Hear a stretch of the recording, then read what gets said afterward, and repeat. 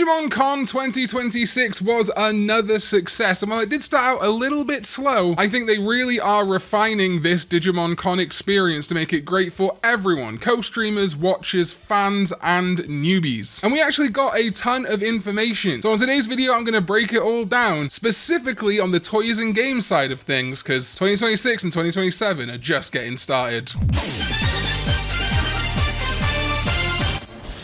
What is up, digital companions? My name is Karn EX and welcome back to another video. And yes, thank you so much to everyone who tuned into my Digimon Con 2026 stream. We had a peak concurrent viewership of 2,200 people. Basically half of what the official Digimon stream got, which is insane. And as of time of recording, it's already up to like 22,000 views on the VOD. Thank you so much for your support. It means the world. Very quickly, there is a survey that they're running on Digimon Con, how you found it this year if you tuned in live. There are also some opportunities for you to be able to shout out content creators perhaps like me. It would mean the world to me if you did do that. Just helps Bandai know that you are getting Digimon news and things like that from me, and hopefully means we can do more stuff in future. So let's start first of all with the most disappointing news of the night, and that is that no, Digimon Alysion did not shadow drop or get a soon release date. What we did see was a much improved UI for both the battles of the game and kind of the card setup, how rares and alt arts and stuff look. The UI to me is still not perfect. Where the Tamers are placed, the amount of Digimon you can have on the field, etc. still needs a lot of work and will need working out when we start getting towards future sets when the game comes out. However, from a UI design perspective, this looks way less amateurish when compared to the closed beta. I love the backgrounds, they look very polished. I'm hoping this will translate to the UI of the whole game, but we do have this post. Digimon Alysion development update. In today's stream of Digimon Con, we shared the latest updates based on your feedback as development and improvements continue. Battle screen, digivolving animations during battle, card designs for special rarities, and illustrations for new cards. We would like to express our sincere gratitude to everyone watching Digimon and to all those who participated in the closed beta test and hands-on event at various locations. We received a great deal of feedback from those who actually tried the app regarding battle operability, tempo, card visibility, and more. Taking each of these to heart, we are moving forward with revisions on a scale that exceeds our original plans, including UI design improvements, battle functions with friends, and support for new languages. As a result, we are very sorry to have kept everyone who was looking forward to it waiting for so long. At the Digimon Con, we wanted to share at least a little of the current development status, so we introduced the battle screen, which we are focusing on in particular. The entire development team is working hard on development and revisions so that you can play the Digimon card game online more comfortably and enjoyably. So we would appreciate it if you could wait a little longer, and yeah, that does suck to hear that there is a further delay. People were really expecting this to be coming soon, especially with Digimon Liberator wrapping up so quickly. I thought for sure we were going to be seeing Digimon Alysion's release date, at least an open beta at Digimon Con. However, it does say we would appreciate if you could wait a little longer. This perhaps is not going to be some grand delay. I'm already seeing people saying, oh, it's going to be 2027, like already doomsaying that. It's only March of 2026, guys. We have 9 months left of this year. I still think targeting 2026 makes a ton of sense. We also have to bear in mind that we have seen a scenario like this before. When Digimon Survive got delayed, it did show up at a Digimon Con. They gave a bunch of updates and then just said,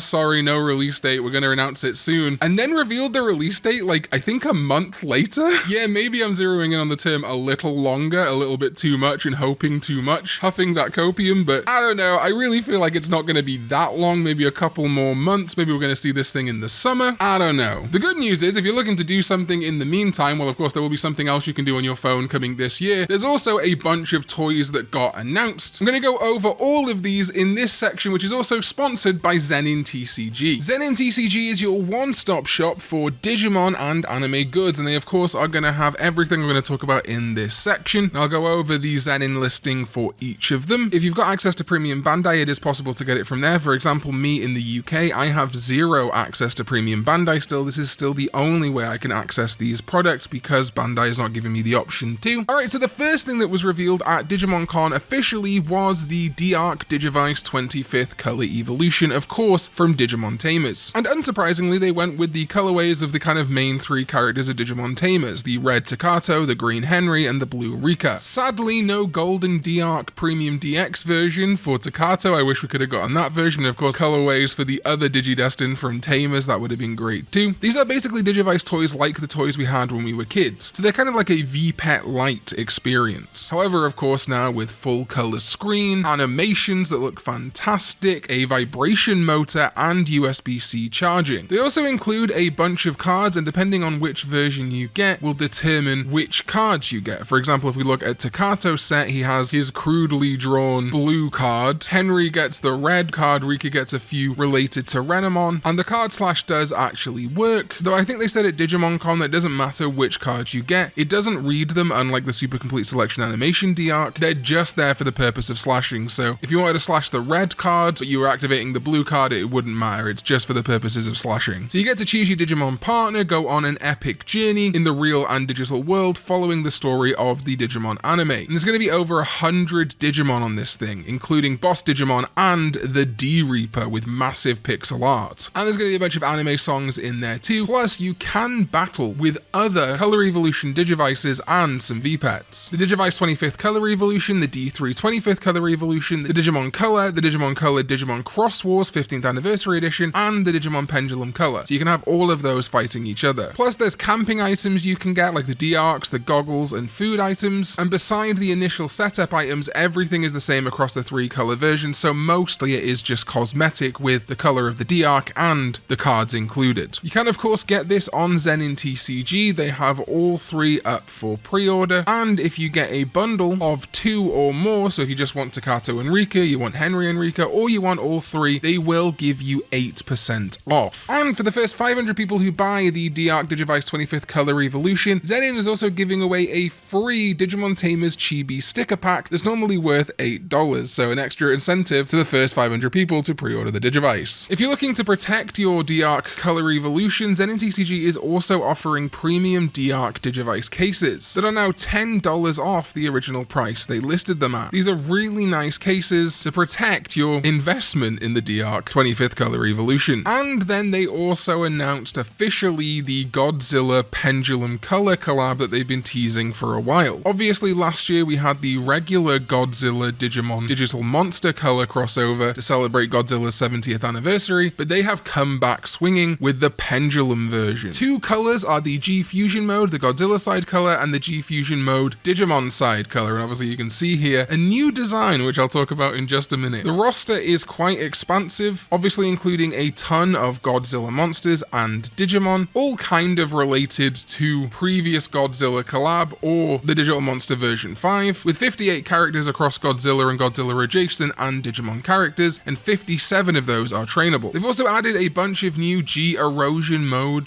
Digimon, a regular Greymon G-Erosion mode, a Virus Metal Greymon G-Erosion mode, a Black War Greymon G-Erosion mode, that's awesome, and very new, very different, a Metal Garurumon G-Erosion mode. But why would we need a Metal Garurumon G-Erosion mode? Well, we got a War Greymon G-Erosion mode last time, didn't we? That's right, we now have Omnimon or a Megamon G-Fusion mode. Another Omnimon variant. I cannot believe they do this to me after I finally put together 2 videos going over every Omnimon that could be in Time Stranger. I still honestly doubt that this Omnimon's going to show up in Time Stranger, but maybe in a future game of the TCG. However, this design is absolutely sick. It's like the evil twisted cousin of the already evil twisted Zwart Defeat. It's phenomenal. So yeah, it has the pendulum function, which is what sets this apart from other V-Pets, with an accelerometer, which you shake before training or battling. And it's of course going to have Godzilla music and a bunch of sprites and backgrounds that will change depending on your gameplay. Once again, USB-C charging, and you can battle other digital monster devices, like the Digital Monster Color, the previous Godzilla Color, and a bunch of other devices besides. These are also up on ZeninTCG for pre-order, the Godzilla side and the Digimon side, both looking fantastic, and Zenin is offering 8% off when you buy both designs, and the release is expected to be in August or September of 2026. The first 500 people to pre-order the Godzilla Pendulum Color will receive a mini pixel sticker pack based on Digimon Liberator, again worth $8, so a nice little incentive on top. So thank you to Zenin for sponsoring that segment and letting me go over the new D-Ark Color Evolution, the Godzilla Pendulums, and more. Then the next one, the big update, which I was so happy to see, was regarding Digimon Story Time Stranger. Of course, the Switch 1 and Switch 2 versions are coming out on July 10th. They are doing a performance and quality mode update for the PS5 and Xbox version so that you can play in 4K 30 or 1080 60. But the thing we really wanted to see was more information on Time Stranger, and the first thing they revealed is the result of the popularity poll. They put out a popularity poll with like 30 plus Digimon Digimon, trying to find out who the top 10 favorites would be for Digimon people want to see in the next Digimon game. However, at Digimon Con, they actually decided to show the top 20. And honestly, I was surprised by a lot of this. Not making the top 10 were Loemon, Teromon, Skull Knightmon, Vemon, Chiropmon, which is crazy to me, Shumon, Vorvomon, my boys Blucomon and Commandramon from my recent top 10 evolution lines video, and Elizamon. A lot of Liberator Digimon really struggling to crack the top 10 here, which is a shame, and honestly I'm very surprised that a Frontier Spirit is that low. Then in the top 10, number 10 was Gekomon, just squeaking in there, then Ludomon above Gekomon, which is huge. I know a lot of people want to see Ragnar Lordmon in the video games. Meikumon makes sense, very popular despite the mixed reception to try. Terriermon Assistant, the mascot of Digimon Socials at this point, of course people want to see it outside of its Time Stranger cameo. Herismon from Digimon Rearise, this makes me so happy. And then in at number 5, I love to see this, Pulsemon from the Vital Bracelet. Huge to see it be number 5 on this list. Clearly the love for the Vital Bracelet is strong as we keep going. Gumdramon from Cross Wars, no real video game appearances for this guy, certainly not 3D video game appearances outside of like maybe mobile games. So this would be great to include in the future of the video game series. Kazemon or Fairymon, yeah, that makes sense. It's nice to see a Frontier Spirit in the top 3, even if it's maybe for, Number 2 is Lugamon. It is crazy to me that Lugamon has such popularity, and with Lugamon and Pulsemon in the top 5, I feel like they have to include both of these if they're going to include one in the next game or DLC, because even Hara referenced Fenrir Lugamon Takumi Kazuchi. I think people really want to see Fenrir Lugamon Takumi Kazuchi in the future title. And then in at number 1, no surprise, Gamamon, one of the most requested Digimon to be in Time Stranger and its DLC of all time. Really surprised to not see Digimon like Jellymon or Angoramon crack the top 20, and even more surprised that Monmon didn't. It was one of the things that I heard the most in my comments besides Gamamon was people wanting Monmon to show up in Digimon Story Time Stranger because Bearmon and Kotemon were already there. Why not complete the trio from Digimon World 3? We also have Kakamon now associated with Shambhala and Monkey Digimon like Hanumon and Gokumon and Seiten Gokumon, so maybe Monmon's just falling by the wayside, I don't know. Maybe it's the feet. Anyway, we thought maybe that was going to be it, but the segment kept going, and we knew we had about 10-20 minutes left, which is when Hara said with the release of the 3rd DLC Anti-Paradox for Time Stranger the other day, that concludes the distribution of additional content for that game. And everyone went, that's it. No more content for Time Stranger. We're moving forward to the next game. But he lied. Hara said, however, thanks to the passionate support of so many more fans than we expected, so let's not forget this game sold over 1 million copies, and with the Switch 1 and Switch 2 version, I think it hit 2 or 3 million. We've decided to produce an expansion DLC, and they clarified it is development of a large-scale DLC. This to me indicates that we are not going to see a wave like the one we just saw. Very small, hour, 90-minute story with 5 new Digimon. This DLC expansion is not coming until 2027, and Hara said there will be new aspects, and they're already in development, and while not everything from the Digi referendum results we just announced will be making it in, they are taking into consideration the world building for this new expansion DLC and future games, and will partially be reflecting those results. So it's likely that at least some of the winners in this top 20, and probably much more likely the top 10, are going to show up in this large-scale DLC. Then he said, as to what will get reflected, please look forward to follow-up announcements in the coming days, and that they're aiming for that 2027 release window. Also, Aegiomon will be returning in the DLC, so the host asked whether that will be from a story standpoint in a parallel world or in the future, and Hara said, well, that's an excellent question, and that's all he has to say. This is really exciting to me. The specification of large-scale DLC to me implies something like a Hacker's Memory equivalent that Cybersleuth got. While it's not impossible that they could release a whole new title in 2027-2028, there are obviously, of course, risks with an iterative sequel on the same engine using a lot of the same assets. I think the inference here is that this DLC is going to kind of act as our Hacker's Memory equivalent, our Majora's Mask equivalent. Maybe not as grand as a full-on sequel, maybe not with exactly as much playtime as the base game, you know, at least 30 to 40 hours, but large scale definitely to me implies at least 10, if not 20 hours of content, a bunch more Digimon. I'd love to see like 100 more Digimon added like we got in Hacker's Memory, but maybe it'll be more conservative, like 20 to 50. And I also wonder whether they're going to release this at once or they're going to do the wave system again. Personally, I would much prefer if this was all released in one one go, and we can just kind of tackle it like a bonus game. But the way they're talking about it, large scale expansion, sounds like the kind of expansion pack you would get in games in the older era. A whole new influx of content, not just kind of like a small tidbit update. I really think despite their faith in the project, they did not see Time Stranger being this successful and this critically lauded. So obviously that explains why this DLC definitely is something that has been considered after release and not during release like the Datamine DLC we already knew about. And that's also why this is likely targeting 2027. I'm hoping early 2027, maybe at least in time for Digimon Con next year or before, but there is always a chance that it comes out sooner. For example, the DLC that we got, this DLC, all released way ahead of schedule. They said distribution by September and it was all distributed by March. But honestly, if it's January 2027, I'd rather they just cook and make something really good and add even more content. Hell, if it's June 2027, I don't mind. I just want to have something to release and talk about for the next year. This also does mean, of course, that we can still tune in and live stream Nintendo Directs, PlayStation State of Plays, etc. Anything that Digimon Time Stranger could feasibly be on, and now it is on Nintendo systems, we can tune in and hope that we're going to get more updates on this large-scale expansion DLC. Also, based on the popularity poll, I do think that means that we're not going to be stuck with this 5 megas per DLC situation that we've had that a lot of people haven't liked. My hope is that it will add, let's say, like 50 to 100 Digimon to the base game, maybe less, but they'll be of all evolution stages. More rookies, more champions, ultimates, megas, maybe some armors, some spirits, maybe even some Digicross, that would be huge. And then whether you're playing the expansion DLC or the base game, they all still get added. That would be the ideal for me. I am just so geeked at the idea of Time Stranger getting to continue in exactly the way I wanted. If this was just another wave of 3 like short chapters with 5 mega Digimon, it would totally take the wind out of my sails. But this has reinvigorated my love of Time Stranger. We have the Switch 1 and 2 versions to look forward in July, and then by then we're halfway to 2027 already. Actually over halfway. Phenomenal. But they were not done with Digimon news there. As I've talked about before, while Digimon Alysion is a mobile game, it is not being handled by the main Digimon Bandai Namco Games team. It's handled by the TCG side, the amusement side. That's why it was at the TCG segment, even if we didn't get a release date. And that's why I was overjoyed to see Kimi P from Bandai Namco talk about that butterfly instrumental arrangement 30-minute background music video that I talked about in my pre-Digimon Con video. Talking about what hints were hidden in that video and these brand new gorgeous sprites that were there that we've not seen before, because it's going to all be in a brand new mobile game, Digimon Up, coming in 2026. Lovely little bit of wordplay there, because in Japanese it'd be Digimon Up, which sounds like, of course, Digimon Up, but also Digimon App. It's the Digimon app. This latest mobile game is going to be packed with the basic elements of Digimon, such as training, battles, and growth, as well as various other Digimon elements. So yes, this is what we've been asking for years. This is basically a VPET mobile app officially made. So many people have wanted this. I hope there's multiplayer. It's designed for existing fans and casual fans, something you can just play. Of course, I'm going to stream the heck out of this. I am so excited to pick this up, and people at Digimon Con were saying this is what they wanted most, a game where they can raise Digimon in the palm of their hand casually. This is absolutely kind of the evolution of the VPET system, with a ton of familiar Digimon, but also some new ones. And something I really like is they're going to be Digivice toys in the game. A bunch of stuff was shown off here for most of the seasons, though Ghost Game and the Sapotama from Beat Break, plus the Apply driver were not shown here. It would be kind of sucky if we don't at some point get Appmon in this, because it is a Digimon app. And also they're going to have cards from the classic TCG. Very funny they're using the classic TCG, like separating again from Alysion, making that clear distinction, but these sprites look great. And when pre-registration opens, they're also confirmed that Geckomon is going to be a pre-registration bonus, and other wonderful game rewards when they start pre-registration. There is now a Digimon Up official social media presence. They have a Twitter account and things like that, and yeah, it just looks great. This is targeting 2026, and they seem pretty confident about that, so hopefully it is in a much more polished or finished state than Digimon Alysion is. There is now a Digimon Up official website that has launched, and we can see, of course, coming 2026, a Digimon journey that moves with your life. All new mobile game is coming soon. Follow our official social media to get the latest news, and they've got a Twitter and a Facebook. Each Digimon is unique. Be sure to pick the right partner for you, and look at how good these sprites look. They look incredible. You can power up, feed and train your partner to make them stronger. Look at this Gabumon eating animation. animation. It is adorable. And keep digivolving until you reach Mega Digivolution. And here, of course, we've got the whole Agumon line, Botamon, Koromon, Agumon, Greymon, Metal Greymon, and War Greymon. Raise and battle Digimon, claim victory. So here's that versus animation. Again, these animations and sprites look incredible. Really hope there is multiplayer to this game. Enjoy tons of familiar features, including Digimon cards and Digivices. So the app is free to play and coming out in 2026 on Android and Google Play. Can't wait to check it out. But it's incredible to think that we might be seeing 2 new mobile games this year and basically a sequel new game related to Time Stranger just packaged as DLC coming next year. While of course I'm always going to mourn the Vital Bracelet and indeed other Digimon mobile games that closed down like Eirias and Lynx, and I'm still a little bit confused at the idea of not making Digimon New Century leave China. Let's not forget Bandai Namco does do market research. It's why they constantly sell Adventure to us, because it just sells, unfortunately. So New Century probably just seemed like a very expensive project to try and make leave China. However, Digimon Up using 2D sprites is going to be a quicker thing to add more Digimon to, and fans have wanted an official VPEC app of some variety for so long. This absolutely makes sense to me. I'm so excited to find out more about this. I just can't believe we got 2 mobile games and a new console and PC experience we're going to get with Time Stranger 2. And next year is the 30th anniversary of the franchise, so who knows what else is coming in the 30th anniversary of Digimon. But that's it for now. If there is more news to go over, I will of course cover it in Sunday's video, and then we're just going to go from here. It's an exciting year coming up. Might be a little bit quiet, but of course we've also still got Digimon Beat Break. We still have a epilogue for Digimon Liberator coming. The TCG is still thriving even though Alysion isn't out yet. Physical game is still going strong. We're in a really good spot as Digimon fans, and while yeah, there's always the worry that mobile games will shutter prematurely or whatever, at least we're getting content, at least we've got things to talk about and things to get excited about, and that's great. I'm so happy. Thank you to everyone who watched my Digimon Con stream, and thank you to my sovereigns, ZDK14, Chaotic Prophet, Lupus Lichlord, and Jeremy Babineau over on patreon.com/Karn EX, plus everyone else who supports me over there too. You guys are the goats, and everyone here on my YouTube channel members too. It was great to see so many people gifted memberships and joining up with channel memberships on the Digimon Con stream. Gonna have plenty of early access and exclusive content for you guys soon, and I'll see you next time when we go digital.